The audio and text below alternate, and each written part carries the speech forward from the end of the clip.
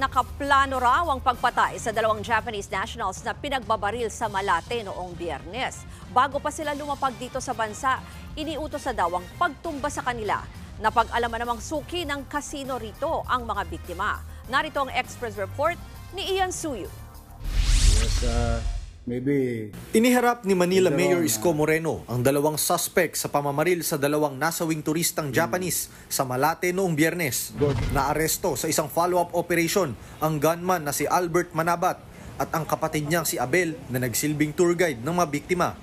Nasa kote ang dalawa mula sa pinagtataguan nilang bahay sa Minamit, Pampanga. Hindi na raw itinanggi ng dalawa ang krimen. Base sa investigasyon, may nag-utos sa mga suspect na patayin ng mga biktima. Kapalit ang 9 milyong pisong pabuya.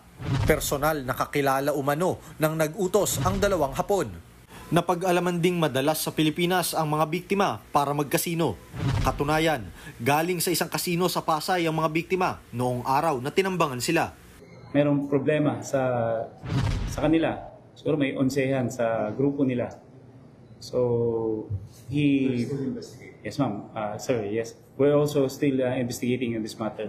August 14 nang lumapag sa Pilipinas ang dalawang turistang Hapon, pero bago pa man daw sila makarating ng bansa, napagplanuhan na ng grupo ng mga suspect kung saan dadalhin ng mga biktima at kung paano gagawin ang krimen.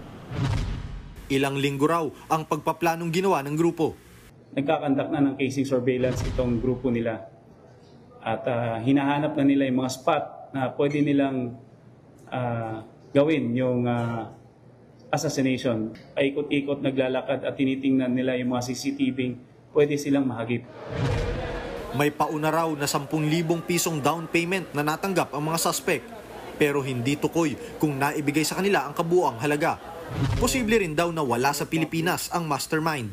Naiintindihan naman daw ni Manila Mayor Isko Moreno kung sakali mang may mga matatakot na mamuhunan sa Maynila kasunod ng krimen. Pero pagtitiyak ng alkalde, isa itong isolated case. It is a knee-jerk reaction for any investor. Definitely. It's normal.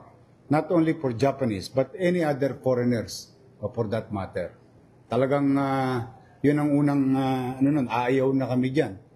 Hindi kami ligtas. Mahaharap ang magkapatid na suspect sa reklamong murder at theft. Tuloy naman ang pagtugis sa iba pang sangkot sa krimen, gaya ng rider ng dalawang naaresto at ang mastermind.